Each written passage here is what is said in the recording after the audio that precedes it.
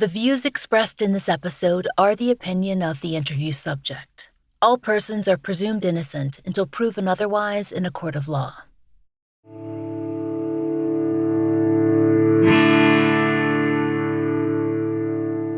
This is The Fall Line.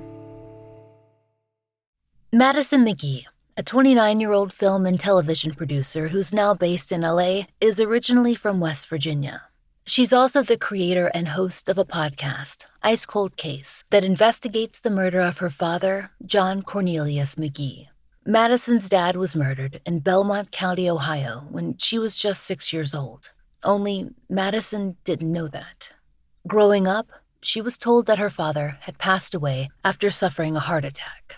Her parents, they weren't together at that point, and she and her mother were living several hours away from Belmont County. Though she saw her dad regularly, and they spent time together listening to music and attending her soccer games, she was so young back then that her memories are hazy.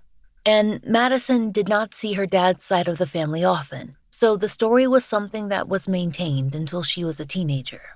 It wasn't until she was 16 that Madison discovered her father had been shot and killed in his own home. It's also where her older half-sister Alyssa had been living at the time. According to E! News, quote, authorities confirmed to local news outlets at the time that JC had been shot at around 6:30 a.m. at his house in Bridgeport, near the Ohio-West Virginia border, on July 11, 2002. His then 16-year-old daughter Alyssa was home with him and called 911 after finding her dad on the floor, the front door hanging open, and a knob-shaped hole in the wall. And as Madison reported on her own podcast, one of her cousins had run from the scene and made another 911 call to summon police. No one was arrested, and Madison learned that the case had gone cold soon after her father's death. That was the first revelation. She tried to find out more through internet searches, but there was no coverage of JC's case. Madison eventually determined that she'd need to begin her own investigation to learn more. And she did. According to People magazine, Madison eventually discovered that, quote, after JC's death, police came to the conclusion that his murder stemmed from a home invasion gone wrong. But Madison isn't so sure that that's the truth. She became even more skeptical after learning her father had been a drug dealer turned informant who'd helped the police arrest a number of people, including one of his nephews, who was then sentenced to life in prison. Madison's own podcast, Ice Cold Case, is her attempt to uncover who was responsible for JC's murder and what the motive might be. So far, she's uncovered several possibilities, including a custody issue that's unrelated to herself, her father's informant status, revenge, and robbery. After all, her dad kept a large amount of cash in his home. Through the course of her work, she's been able to reconnect with her older sister Alyssa, who has also been desperate to solve their father's murder. And Madison has met many of her paternal relatives for the very first time. She's also run into reticent authorities, into rumors, speculation, and even into threats. But Madison has not stopped pushing. She's put up billboards, she's met with possible suspects, and Madison has named names. She's now released 18 episodes, and she tells us that tips and leads are still coming in to take her down new avenues of investigation. I first met Madison in early 2024. That's when Jamie Albright from Tenderfoot TV asked us to participate, along with Kristen Seavey, the host of Murder, She Told, in a panel focused on the concept of victim-centered storytelling. We did another panel together this summer, and we've stayed in touch. When Madison told me that she was working on a third set of episodes on her dad's case, slated for early 2025, I asked her to come on The Fall Line and share about her work. There aren't many podcasts being made by those who are directly impacted by the crimes that they're covering, though, thankfully, those numbers are increasing. And Madison is perhaps unique in this space because of her professional background as a producer who understands what it's like to be on both sides of that microphone. But, as she told us, her experience didn't help her attract the attention that her dad's case so desperately needs. That's one of the reasons that she set out to make her own project. Madison has found a lot of support in other family members like Sarah Turney, and the Petito family, who've reached out to show support and to help her connect to resources and media outlets who can get JC's story in front of a larger audience. But one thing that is vitally important right now is focusing on getting the podcast shared as far as we can across the Ohio Valley region. Madison believes that there are many people there who know exactly what happened to her father. And with the right lead, his case can finally be resolved. I sat down with Madison early this fall to discuss her work and the current status of her dad's case. She started by giving us a little background on the Ohio Valley region. So, Madison, you were born and raised in West Virginia in the Ohio Valley. Can you tell us a little bit about the unique features of that area and its relationship to the towns and cities that are over the border right there in Ohio? Yeah, so it's a really weird part of the country in general. A lot of people don't really talk about Appalachia and they don't really think about it, or they think they know what it is and they don't really. It's like hillbillies and coal mining people to them. And the Ohio Valley area of Appalachia, which is actually massive. West Virginia is the only state that the Appalachians run all the way through, which is why we're the mountain state. And the Ohio Valley part of it was a little bit more industrial. There were like factories there back in the day. My dad worked at a factory. And now it's sort of similar to like a Midwest town that had like the car industry and doesn't anymore. It's just like there's nothing and no one has jobs. Predominantly white, but obviously my dad's family was there. There were Black people there, but it's like a very, very, very small percentage. And it's a unique part of the country. I guess there are lots of areas like this, but it's a little bit more populated because it's a state border. And it was a really hot spot for the war on drugs. So drugs were funneling in and out of this town. People were getting arrested, going to prison for life, and left without parents. And so it just like over time had really negatively impacted this area, apart from it being really low poverty already. So then it's 1995 and I'm born in Wheeling, West Virginia on the West Virginia side. And I've entered life into this area.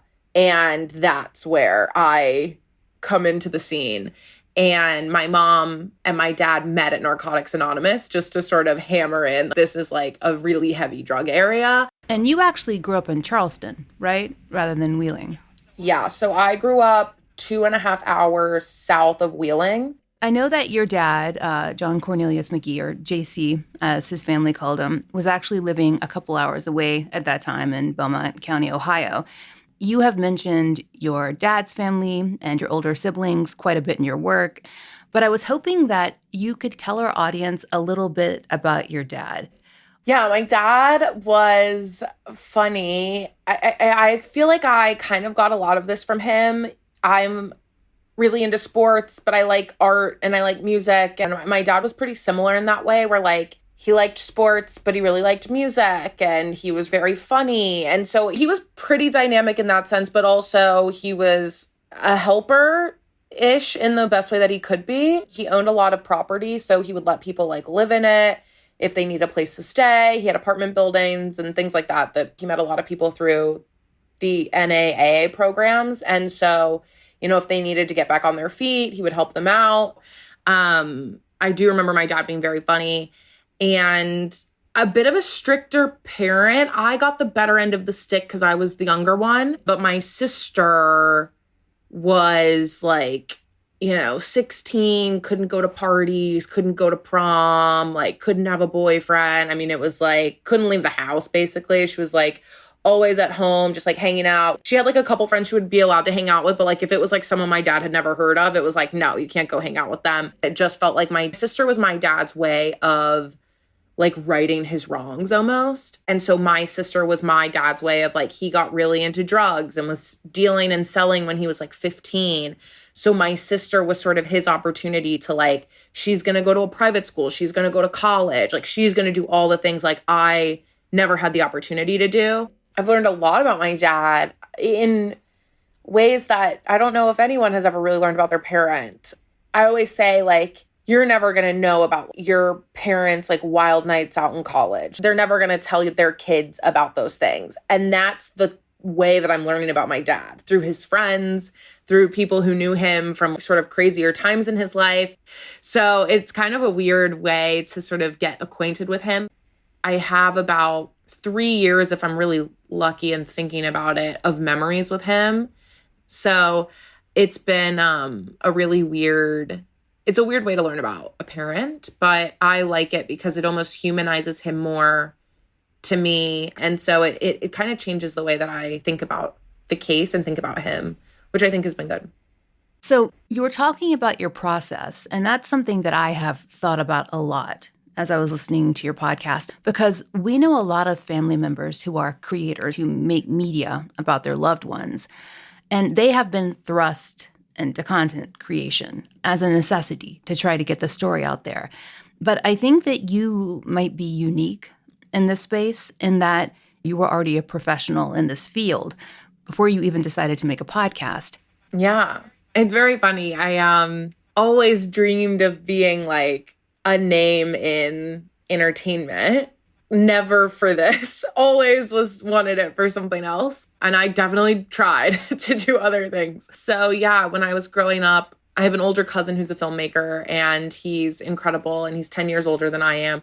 And so I'd always tag along as like the little 6-year-old, just like there trying to like be part of it or be interested in it. And I think it was by the time he was graduating from college, I then was in high school.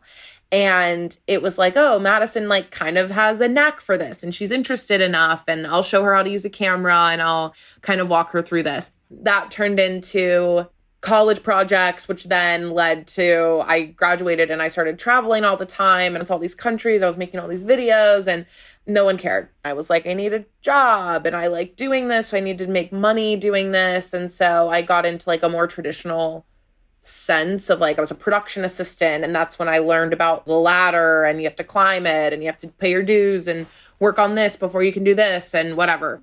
But it was actually really helpful because I just kept working on the side on other stuff and like kept learning how in a professional way it worked, but also how you could do it really scrappy. And I think both of those together has sort of led me into now, and the ability to do it the right way, but also with less people. Nothing about my comings ups in the entertainment industry has been traditional and probably couldn't be duplicated if you tried. I've been equal parts lucky and hardworking, I would say, in like the people I've met, the opportunities I've had. Then I happened to be ready, but I got lucky that they were even there.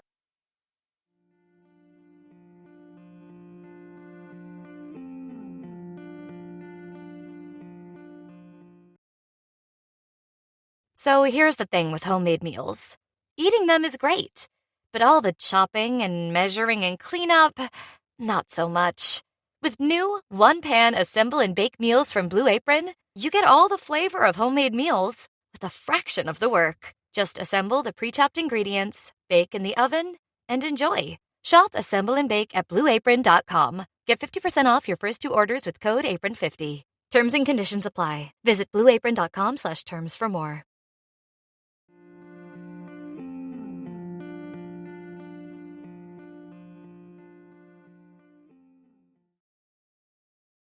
As we told you at the beginning of the episode, Madison was told as a child that her father, J.C. McGhee, had died of a heart attack, and she didn't find out the truth, or at least some of the truth, until she was 16 years old. When her mother told her the basics of the story, that her dad had been shot and killed in his own home, Madison had been making her own film projects for several years.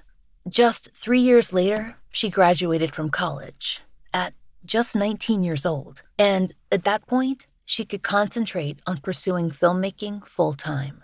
The recent knowledge of what had really happened to her father, it had stayed with her. It had haunted her that entire time. Madison had already worked on several documentaries by that point, so it felt natural, she told me, to continue that work, but this time for her father. Did you originally think about making a visual project? This was supposed to be a documentary. This was never meant to be a podcast. It was supposed to be a documentary really the whole time up until, the 11th hour. I flew a crew out with cameras. The only interview we ever got on camera, ever to this day, is my mom. No one else let me video them, which is why it became a podcast. Even that, getting the audio was a struggle. but it helped saying, oh, there's no cameras up. I mean, the moment that I realized we can't get this interview, we're not going to get any of the other ones on camera. I mean, people were really spooked by the tripod, the camera on it, a light. I mean, it was just too much for people to sort of process. And I was worried about the integrity of the project because what most people don't know is a lot of docs are scripted. You sort of go in with an outline before you even do your interview of exactly what you want the person to say. And you already have done sort of a pre-interview with them, so you know their story and you know what they're going to talk about. And so you go into like the official interview with the lights and the cameras and everything, and it's not as intimidating for the person because they kind of know what they're going to talk about. I had no idea where the story was going to go. So I couldn't really go into it like, okay, this one aunt is going to really hone in on this aspect of my dad's life. So we're just going to go in and I'm just going to, prompt her with these questions. She'll answer them and it'll be quick and we'll be out of there. It's like this could take 10 hours just to unlock this part of the story. And then I'm going to have more questions. I'm going to have to come back. It's going to be a whole thing. And so when I realized the intensity of that and also the integrity of it, if I throw a light and a camera up, are they going to tell the truth? What are they going to say? I have no idea what they're going to talk about. So when that started to pose issues, it was then I sort of hadn't given up the doc idea. And I was like, okay, let's just get audio. And then we can use these as the pre-interviews. And then we can go back and we can whatever. And then it just turned into like, nobody's going to talk if there's a camera in their face unless they're getting paid, which then also impacts the integrity of the project. We're just going to use these interviews. And now it's a podcast. Which is interesting because I think you were able to switch to podcasting so easily for two reasons. One is structuring a really good podcast is a lot like structuring film, one, and you know about that. And two, you had been listening to investigative podcasts quite a lot, right? Leading up to this. Yeah. In the beginning too, I was so against the word. I kept referring to it as like an audio documentary. And that's how I saw it when I was putting it together. It was like, okay, if I had the visuals for this, they would be up there, but everything else is sort of the same. So I just removed the visual piece and it was just audio. But yeah, I had spent a lot of time earlier doing a lot of deep dives into podcasts when I lived in Australia. And when I lived there, my very first job was delivering flowers for this florist. And 3 days a week, I was just in my car all day long. And I would listen to true crime podcasts. And that was 2018. Then when COVID happened, I was bored and I had watched everything that Netflix had to offer. So I went back to these podcasts and I hadn't listened in a really long time, but when I went back, it was like, oh, update in all of the feeds. And the updates were like, oh, this podcast was so popular that now this case is solved. And now we're in the middle of trial and we're going to cover the trial. And I was like, wait a second, this is leading to like movement in these cases. That's crazy. So let's talk about that because when you started laying the groundwork for your own investigation, prior to that, how much had you looked into what had actually gone on in your dad's case? So what information were you operating on prior to really digging in? That's a fun one. I had no information at all. Like I had done some Googling. You could not find my dad's case anywhere. There was one website that my dad's name was just listed on, this one random website that was like listed out cold cases in Ohio. And my dad was like towards the bottom. I think his name was spelled wrong. I mean, I couldn't find a newspaper clipping. I couldn't find anything. So the only real info I had was this very generalized story that my mom told me. And that's it. I didn't know anything else. And it wasn't until I got the police files, I really started to understand the complexities of this case and the question marks. And maybe if I'd known that, I wouldn't have been so adamant I was going to solve it. But here we are. When you talk about that process and getting files, what exactly did you do? I know what I do, but how did you decide to find records, locate that archival research, track that information? Because at least part of this you were doing during the pandemic, where a lot of things were absolutely shut down. Yeah. And this is a fun question because I know what you do too. You file FOIA requests. something I have never done in my life and do not know how to do. And it's so funny, people reach out to me all the time and they're like, oh my God, can you help me file a FOIA request? And I'm like, I don't know how to do that. I had never even heard of that at the time. Like, that was my research method, was like, just annoy the out of these people until I get the case files. And she slipped up once and was like trying to sort of talk her way out of it, but she gave up someone else's name. She was like, oh, well, we're waiting on the prosecutor's office to redact names from the file before we can send it to you. And I was like, oh, okay, this is after months of me calling. I'm like, oh, okay, the prosecutor's office? Got it. So then I start calling the prosecutor's office every day. And I'm like, hey, I'm calling to get these case files. The lady at the front desk of the Belmont County Sheriff's Department said that you actually are sending me the case files. So I was just wondering where those are. And I was calling in the middle of the 2020 election. So a new prosecutor was running in Belmont County, but he was running unopposed. So the guy, there was an interim guy at the moment, and he was like, this guy is going to be the new prosecuting attorney for Belmont County, but he's not in office yet, so he can't send you anything, but I'll go ahead and get you connected. And as soon as he's elected, he'll be your point of contact and he'll be the guy to send this all over to you. This is like 8 months after I called the first time, just like every morning. It was like a calendar notification on my phone. Like every morning at 8 a.m., call the Belmont County Sheriff's Department. Every morning at 8 a.m., call the Belmont County Sheriff's Department. So he sends me over their info. I called this guy and I was like, hey, you know, this is what I'm looking for. And he's like, oh, yep, I remember hearing about this. He was like, I'll send it over to you as soon as I have access to all this stuff. I'm like, okay, great. And sure enough, on the day after Election Day, I got an email with the whole thing, the whole case file. Madison spent months reading through that file. Not that it was massive. She was rereading and poring over the few details that she did have, though, looking for any clues that she might have missed, and preparing questions and possible avenues of investigation. When she was ready, she and her former boyfriend decided to make a 41-hour cross-country drive to Belmont County, Ohio. There, she met with law enforcement. She also saw some family members for the first time in more than 20 years, and some for the first time ever. She had one essential question that she thought would be easy to answer, at least at first. Who murdered my dad? But, Madison says, the paths diverged almost immediately. So the first place I went was the Sheriff's Department. I talked with them in person and I sort of just asked a bunch of questions, which I finally had questions because I had read through the case file. So it was I got to be a little bit more in depth with my questions because I had read through it. And I left meeting with him. This is the funniest thing. I mean, I was with my ex-boyfriend at the time. I looked at Austin and I was like, man, that guy was so nice. He was so helpful. Like, he told us everything we needed to know. I was crazy. I was blinded by the fact that he was the first person I talked to really about this. And I just was like, God, that cop was so great. And I just blindly believed his version of the story. That evening, I went to my aunt's house and I was talking to her and interviewing her. You don't hear her in the podcast because she wouldn't let me use it. But I talked to her. She's telling me this crazy version of this whole story, all of these events. That doesn't line up at all with what this guy said.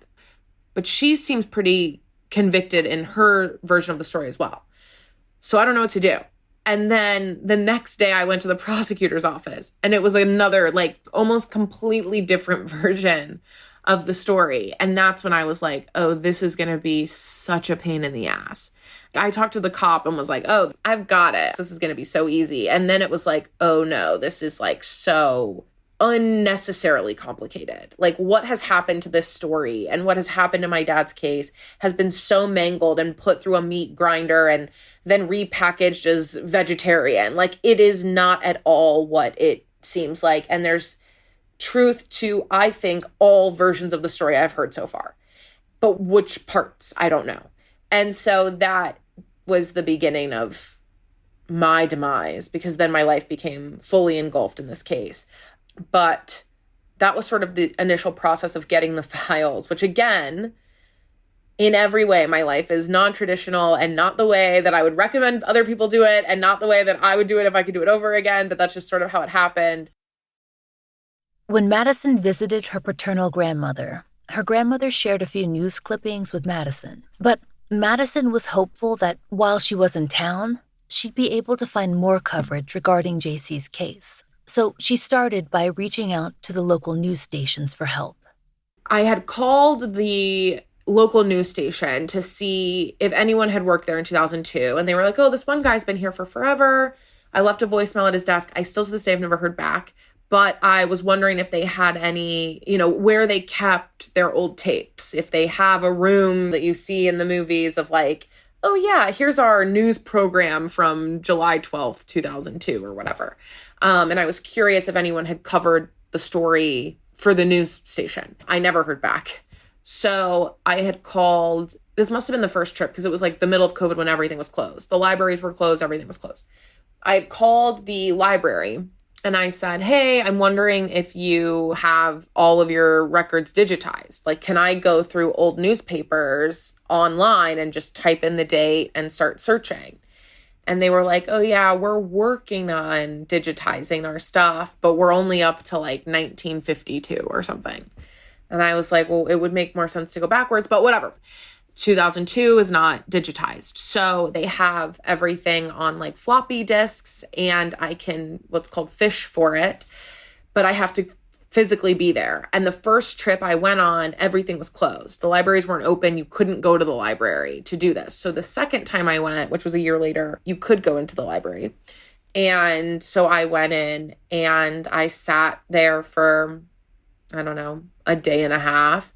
And I went back to July 11th and I just kept going because I was worried that, maybe on a random day they covered it instead of on like the day of or an anniversary of or whatever. What if they talked about something in December and because I'm only looking on certain days, I'm going to miss it.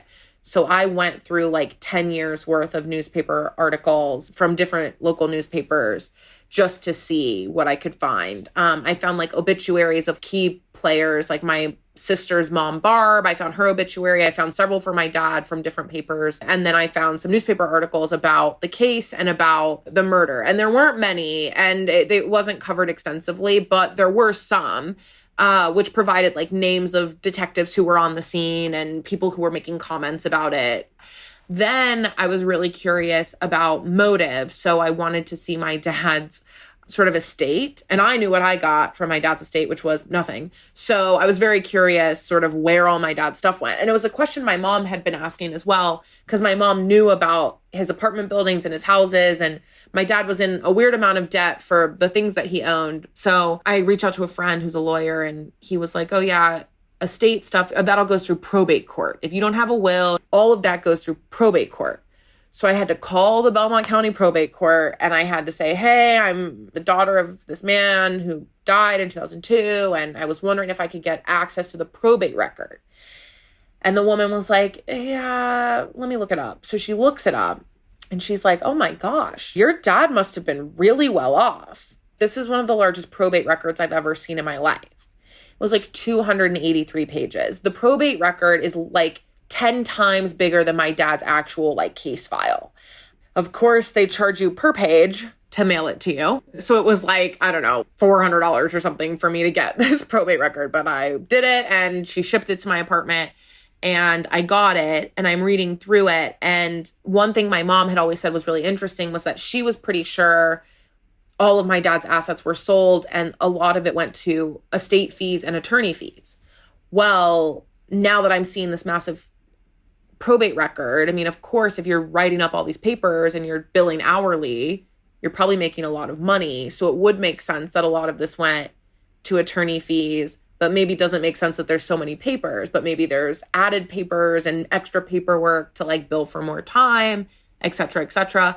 So a lot of things were sort of adding up in that sense, but getting those was really crazy and reading through that was really interesting. There's names in this probate record that I had heard of before. The current assistant prosecuting attorney in Belmont County was just a lawyer at the time, and he's listed in the probate records as representing someone involved in my dad's estate. It seemed like at the time, like, oh, this probate record might just shed light on sort of what happened to my dad's stuff, but not really have anything to do with his death, but actually pretty enlightening. especially on the front of like who to trust, who not to trust, who was acting sketchy, who maybe was telling the truth. There were a lot of family members I was like, oh, like you took my dad's stuff and, helped with the squandering of it, whatever. And, through that, I could realize like, oh, these people weren't listed at all, or they had nothing to do with it, or they had no idea. My grandmother included, she signed a lot of my rights away to my dad's stuff without really knowing what she was signing. I don't think that a lot of us, even those of us who are people very familiar with doing research and digging into it, would think to necessarily go that way. But it's going to give you so much contextual information to help you interpret actions, to help you interpret things like motive, which is something I know you've really gone back to and looked at. So when you began your work, did you feel like there was a clear or obvious direction to go in? And has that changed over the past couple of years? Yeah, I'm in a unique position. I guess we all are, unless you are a police officer or a prosecutor making a podcast.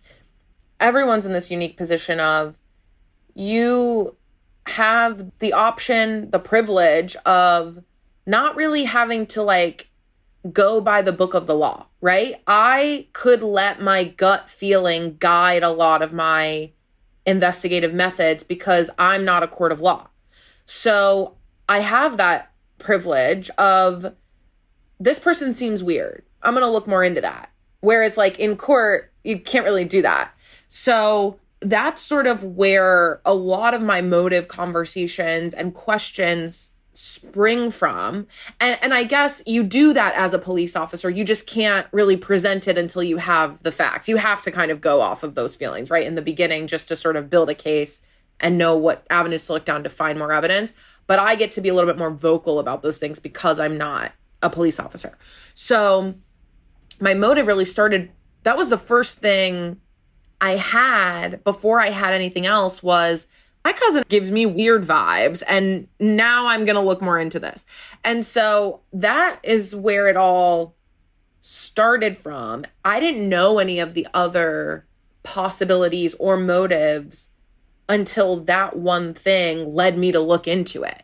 And then it's like, oh, okay, now we're so far away from that initial gut feeling, which is fine, but that's what led to me asking these questions that got me all of these things. So I didn't know any of that. And when I found out all of these things, then you go down, it's like a freaking tree. You have like one branch that leads off here, which leads off to this branch, which leads off to this branch, which connects to this branch. And then they're all back to this one. And you kind of go down all these paths. What if it was people he knew, but he wasn't actually meant to die that day? And like all of these other crazy things. I'm looking at motive and I'm looking at all of these things. And I just want to know like why my dad was killed and what happened. And was it because of this custody battle? Was it because he was a drug dealer? Was it because he had money in a safe that was in his house? Or was it none of those things? I've spent so much time thinking about motive and trying to sort of analyze that side of it that I'm wondering if it was none of those things. What do I do? We also talked about Madison's ongoing decision process regarding how much information to release, which names to use or not use, and how much information to share with the public. So I asked her how she makes those calls. So the answer it's shifted over time. In the beginning, I was pretty ballsy and I needed people to know, like, I mean serious business. If I don't put it out there, it's going to be really hard for me in either direction to prove true or not true.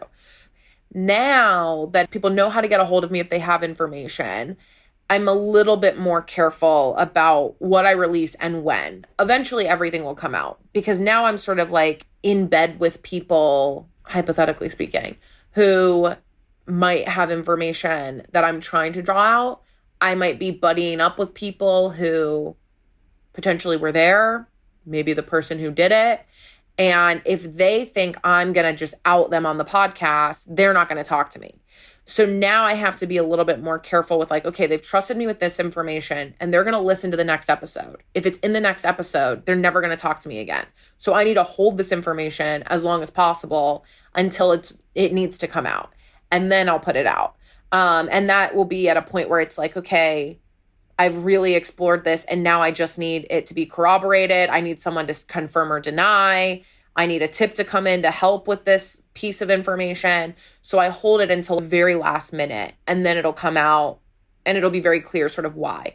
And there's a lot of information and interviews that I've actually been sitting on for months that haven't come out for that reason.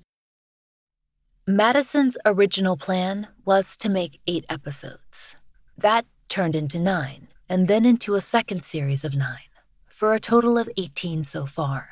She's now working on what she thinks is the final series, 9 more, to be released in 2025. I know that you initially just set out to make 8 episodes of Ice Cold Case. So what changed there for you? Yeah, it is so hard to tell a story in 8 episodes. And yeah, I thought it was going to be just so much more simple in the sense that, like, I thought I would put it out there for the world to listen to. I would feel a sense of closure, like I did something, I tried my best, and then I would move on. And that's definitely not what happened. It seems to me, though, that from what you've said, that tips and leads after the ones you generated yourself are now just coming to you. Yeah, which is so crazy and a little annoying because they all came after I'd wrapped up those 9 episodes. So I got the first big call. I had been getting like emails and some like, Instagram messages and things like that. I got an email from the local news station who I had done several interviews with. And it was the reporter who has been covering the case, honestly, since the beginning. So DK Wright has been there for a really long time and actually covered my dad's trial way back in the day. And she's lovely. And she's also provided me with a lot of like case files that she had from before and etc. She emails me and she's like, hey, this guy called the news station, like trying to get a hold of you. Is it okay if I give him your email? And I was like, yes, of course, that'd be fine. So he emails me and he's like, hey, my dad lived on a dead end street and there was this brake shop at the end of the street. And that's where one of the 911 calls was made. The man who owned the brake shop handed my cousin Omar the phone to call 911. So the guy who owned that brake shop was the man who had reached out to the news station to get a hold of me and was like, hey, saw this on the news. I owned that brake shop at the time. I knew your dad. And I handed Omar the phone to make the call. And so I was like, oh, perfect. Like, you're someone I would definitely like to talk to. So we talked for hours and hours and hours and hours. And that was sort of the first time I realized, like, oh, this is doing exactly what it was supposed to do. And then, of course, I interviewed the main suspect in my dad's murder because he had listened to the podcast. And so when I sat down with who's the main suspect in my dad's murder, he was like, yeah, your podcast is this like everyone's talking about it. And I'm like, it was a very weird moment of like, if I had never done this, if I had never made this podcast, if I had never done these, like at the time, 9 episodes, I wouldn't ever have been sitting in front of this person to have this conversation. And of course I was recording it to hopefully make more episodes. But there was this moment of like, if I never make more episodes, how will I ever get more information? I have to keep going. And that's when, that thought of like, I have to keep putting out everything I'm getting because it could lead to someone calling.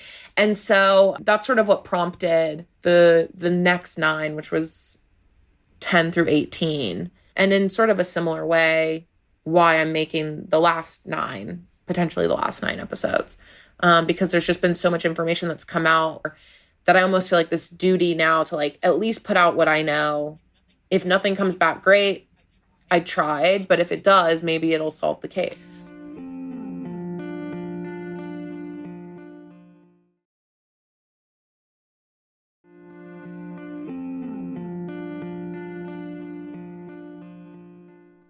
I asked Madison about her interactions with law enforcement since she's begun working on her father's case. The last time I spoke to anyone directly at the Belmont County Sheriff's Department was when I interviewed the lead investigator for Belmont County. I think we talked like end of April, beginning of May of 2023. Haven't talked to anyone at the Belmont County Sheriff's Department since then.